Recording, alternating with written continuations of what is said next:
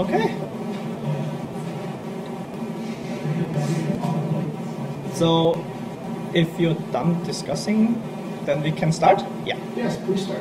Okay, so welcome to the committee, to the numerous people who showed up. Thanks a lot, and also hello to the stream. Welcome to my presentation about my written document, which is called Impulsive Formula Characterization of Story. Unfortunately, last time it was cancelled due to the snow, but I'm sure the wait will have been worth it. So let's start. I will start with a short introduction of why we want to do what I was doing and what previous work has been done in that area. Then I will show the definitions I used to define the language I invented. Then I will show an example that contains a short snippet from the Lord of the Rings movie and the proof that we can actually do using the language I invented. Come to a short conclusion at the end and open the floor to questions. But if anything is unclear, feel free to interrupt me and I will try to explain it better. So, short introduction. First, a narrative, which we define as a sequence of events, is everywhere. So everything from a movie, a book, to me telling about my day to some other person, that's a narrative. So it's everywhere, it's kind of something we want to talk about, we want to reason about. Generally, we distinguish between two parts of a narrative. One is the story, which is the elements, the events, the persons, the items that are in the story and how they happened, like the world, and the discourse, which is how the story is told. So we could have the same story and we could show it in a movie, we could show it in a book, we can make a video game about it. It's the same story, it's different discourses. If we want to reason about narrative in a computational process, for example, we have a story, we want to generate a discourse from it, we need some sort of representation. And impulse, which is presented here, is a representation of the story level of narrative. Previously, other people, since this is a common problem, other people have also come up with their representation. First, I want to mention story intention graphs by Elson and McKeon, who model stories as graphs, which have multiple timelines, where you can attach nodes that say a character has a specific goal at that point in time, where you can say there's an imagined timeline that a character wants to make through, things like that.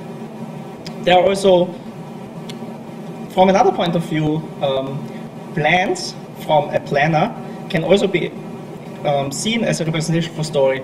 For example, Radell and Young developed a system that created partially ordered causal link plans that were interpreted as stories. Cadaldi et al. Used ontologies to model stories, which has their own strengths and weaknesses.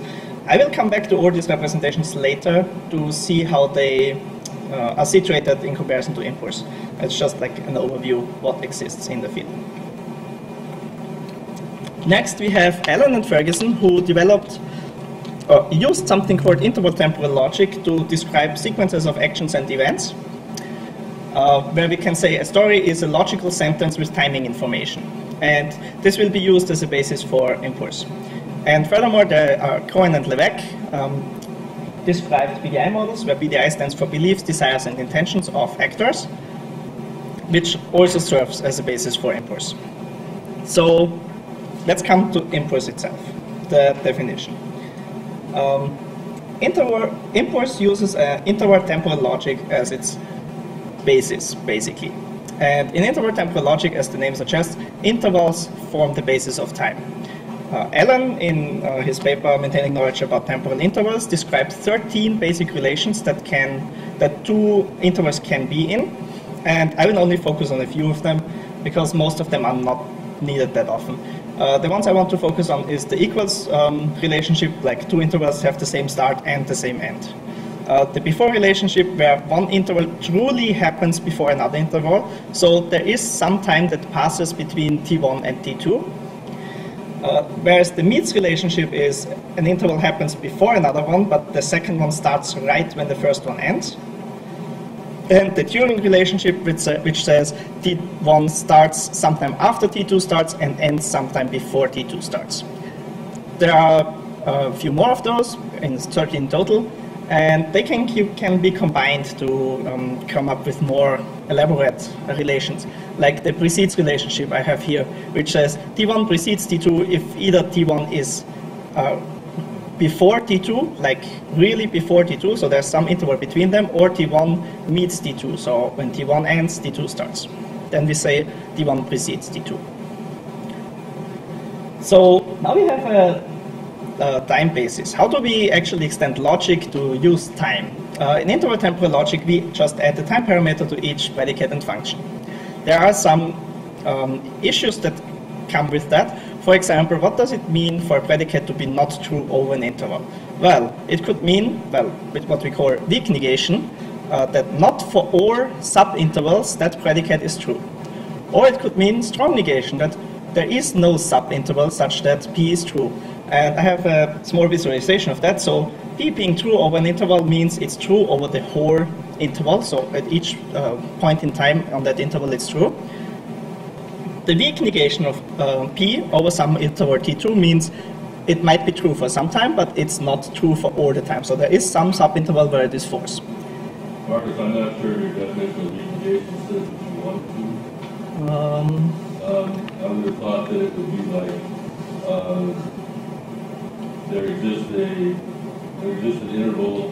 I wrote it down, but I can't remember. So there exists an interval that is a TA is a subinterval of P and not P of XTA.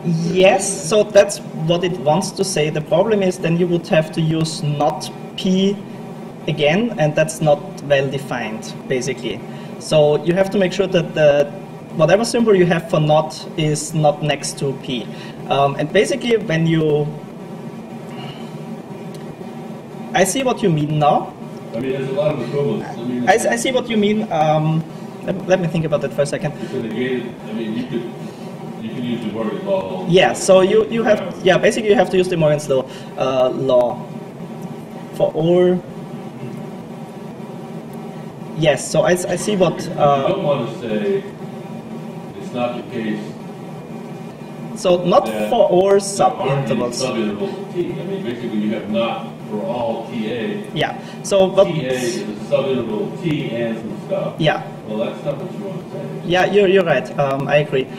The problem is when you put the negation inside next to the P, that's not well defined. I will have to go back and see how Alan actually does that, because these definitions are taken from Alan and Ferguson. So I'm curious about that now as well. Well, you can have the implication without doing enough Morgan to make the negation right next to the predicate symbol, if that's what you want to do. Yeah, that's basically what I want to do. Just keep it outside instead of parentheses. But it's still an implication that if T is a subinterval of P, then P of XTA is not true. You just take the negation symbol and take it outside. Yeah, so you take it outside, you say if T1, so there is no, wait, there is a T1 such that if T1 is an interval, it is forced, which does not work, so we can put it outside, and that's actually exactly what's there, isn't it? So if you want to say there exists a T1 such that T1 is a subinterval of T, that implies that P, not P of T1. Then you have, I wish I had a whiteboard. So if you have them... That says there aren't any subintervals at all. There could be all but one of them. You still have weak negation. There aren't any... Say it again, sorry. You don't want weak negation to be too strong. You don't want to say that there aren't any such subintervals. You're Yes. saying that if there is a subinterval, then you have this logical relationship. So that comes That's to... an if-then thing. So there's another problem here. Basically, it assumes that every interval has a subinterval. So basically you take real numbers, which goes all the way through Allen and Ferguson's work, and there are some other areas where I realized that limitation. Awesome. You also have markers? Yes. Awesome. Yeah, sorry.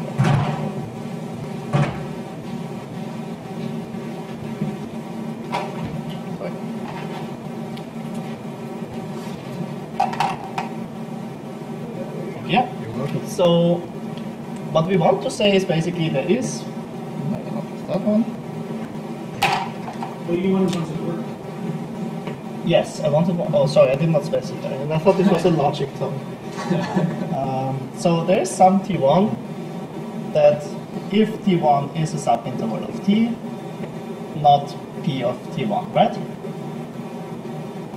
That's kind of what we want to say. I prefer to read that. Yeah, sorry, my handwriting is not the best. Well, it's weird. You get a weird color light. Like purple light with purple marker. Better? Yeah. So we want to Almost say good. I'll move on. there is a subinterval such. Ah, See? yes. Now I see. Also, I guess I don't understand what's wrong with having a negation symbol right next to the present.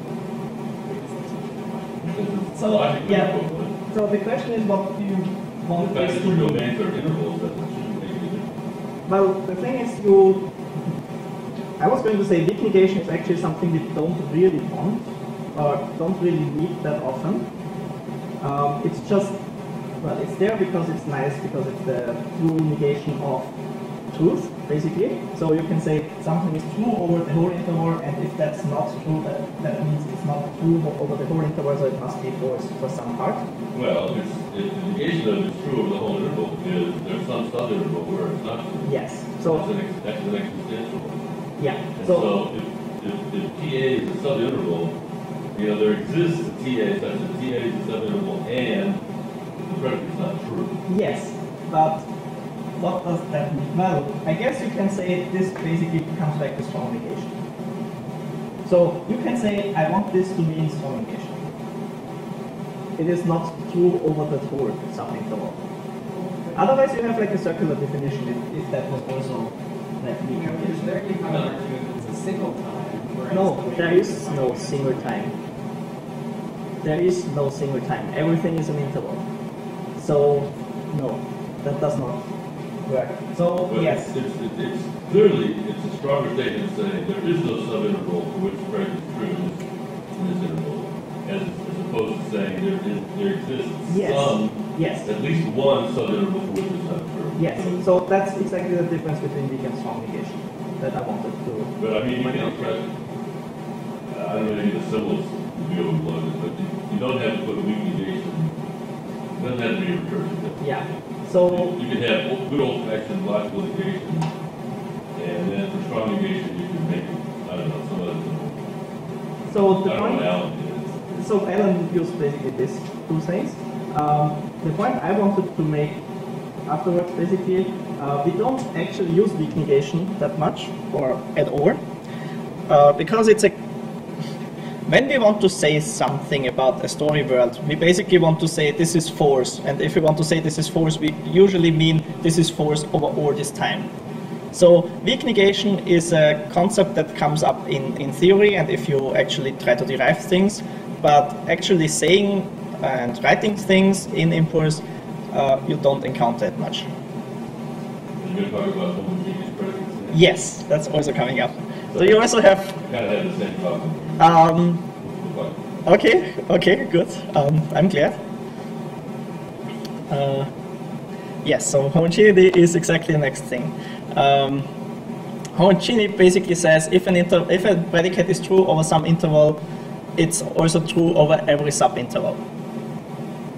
So if I'm hungry from 2 p.m. to 6 p.m., I'm also hungry from 3 p.m. to 4 p.m. or any subinterval that happens between 2 and 6 p.m. Oh, okay, you changed it from your paper. Did I? A little bit. Maybe there was a typo in the paper, I don't even remember. Well, Sorry. you had a logical and instead of implication between the P1 and the subinterval of P. That could be. You had an and there. I think it is an implication because your English. It is an implication, yes. Yeah. Blah blah blah. Yes, so it's definitely an implication. I'm sorry if that's a typo in the paper. I definitely saw it here. All right. Well, then we don't have a problem with it. Yeah, so, okay, that's good. I'm glad.